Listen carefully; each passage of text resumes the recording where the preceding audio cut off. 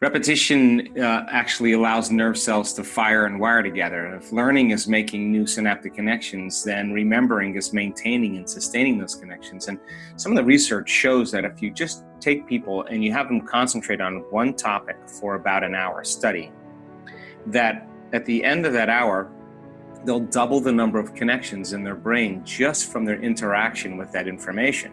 But if they don't review it, if they don't repeat it, if they don't think about it, those circuits prune apart within hours or days. So if learning is making new synaptic connections, then remembering is maintaining and sustaining those connections. And for me, I just know that when I'm in an audience, I want to make learning fun. I want to make it fresh. I want to mix science with examples. I want to come at it as many ways as I can. But when people start to understand the concept, I think it's so important for them then to turn to the person next to them and explain it. Because if they can't explain that model of understanding, then it's not wired in their brain. But if they can explain it, they're beginning to install the neurological hardware in their brain in preparation for an experience. So then when they have the experience, when they apply that philosophy, that theory, that knowledge, and they get their behaviors to match their intentions, experience enriches those philosophical, theoretical circuits in the brain. And then all of a sudden, the experience causes the brain to make a chemical, and that's called a feeling or an emotion. Now we're teaching our body chemically to understand what our mind has intellectually understood. So knowledge is for the mind and experience is for the body. And in that moment, the person's beginning to embody the truth of that philosophy. And so repetition then allows them to understand what they're doing and why. And if you understand the what and the why, the how gets easier because you can assign meaning to what you're doing. And when you assign meaning to what you're doing, you have more intention behind what you're doing. So I like to do it so that nothing is left to conjecture, nothing is left to dogma, nothing is left to superstition. You understand what you're doing and why. And I think science is the language to do that. You know, your brain's job is to create meaning and coherence between what's going on in your outer world and what's going on in your inner world. And because our senses plug us into the environment, everything you're seeing and hearing and smelling and feeling and tasting, all that information has to be integrated by the brain, and it takes awareness to do that. So the moment we become aware that we're a body in space and time, that we are connected to an environment, and we're aware, our brainwaves go into what's called beta brainwave frequency, and it's kind of a fast frequency. It's kind of when we're conscious. There's nothing wrong with beta. It's when we concentrate, it's when we learn. But when we get a little out of balance, we get a little stressed, or really stressed, brain goes into a very, very fast arousal state, what was called high beta.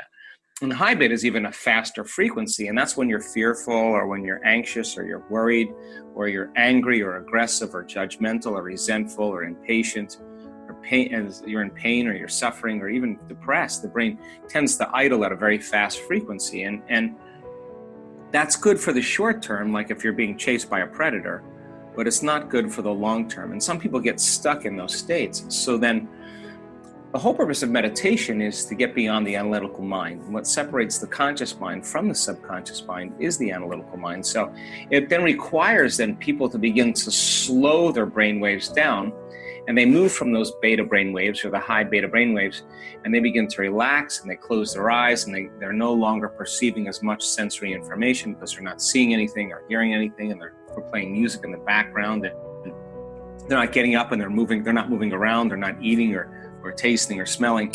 The less sensory information to the brain causes the brain to move into alpha. But we're looking for a very specific type of alpha, very coherent, very organized alpha. And it turns out when you take your attention off anything material and you go from a narrow focus to an open focus and you sense nothing material, something immaterial, energy or frequency or nothing, the act of going to an open focus or a divergent focus begins to cause the brain to start to become more integrated. It becomes more holistic. It becomes more coherent. So then if the body starts to fall asleep and the mind stays awake, now you're in theta, and that's kind of like a hypnotic state. This is when you're very suggestible to information. So our research shows that when people go into that slow state of low alpha or theta, their systems that cause repair and regeneration switch on, right? And then something quite unusual happens to a lot of our students.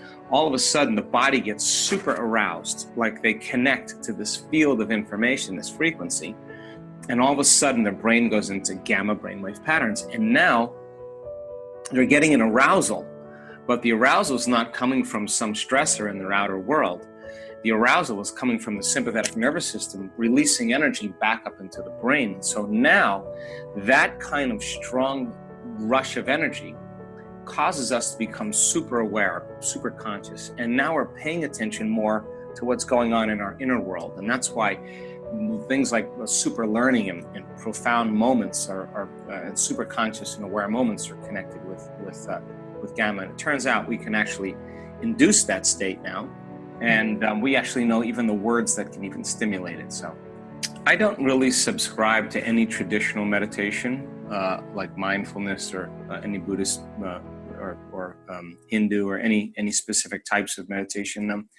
And the reason being, although there's threads of commonality in some of it, I think I use just the scientific model, because I think that once you start talking about tradition or culture or religion, if you're addressing an audience, you will divide an audience. But I think that science creates community and it unifies people, and it is the language. So I use different types of meditation based on the research that we've done to not only to become conscious and present, which is important, and to become aware of your thoughts and notice them and not participate in them and overcome some emotional states. I understand that. But I also believe that we're creators, that once you get to this place of inner peace and present moment, now it's time to start directing energy. And the only way you direct energy is with consciousness, with your intent, with your mind. And so then energy follows your mind, or follows your thought, follows your intent. And that's when people start beginning to make measurable changes in their bodies or in their lives, in any direction they want to go. So we teach people how to then not only just become mindful, but also to begin to create the lives they want. Well, we teach the blessing of the energy centers because each one of those energy centers are centers of information. They have their own frequency, they have their own energy, they carry their own message, their own intent, they have their own consciousness, their own glands, their own hormones, their own chemicals, and their own individual little brains. And so they're under the control of the autonomic nervous system. The autonomic nervous system is the automatic nervous system that regulates hormones and digests food and makes enzymes and transports nutrients. I mean, this is that system that's giving us life. And so the only way you can actually connect to that operating system is by changing your brain waves. And so in reality, the nature of reality is both particle and wave. It's both matter and energy. And so we've just been habituated into focusing on matter. That's just where most of our attention goes. So when people begin to rest their attention in these individual energy centers, and they're in that proper brainwave state, and then they can tune into the energy of each one, convergent and divergent focus.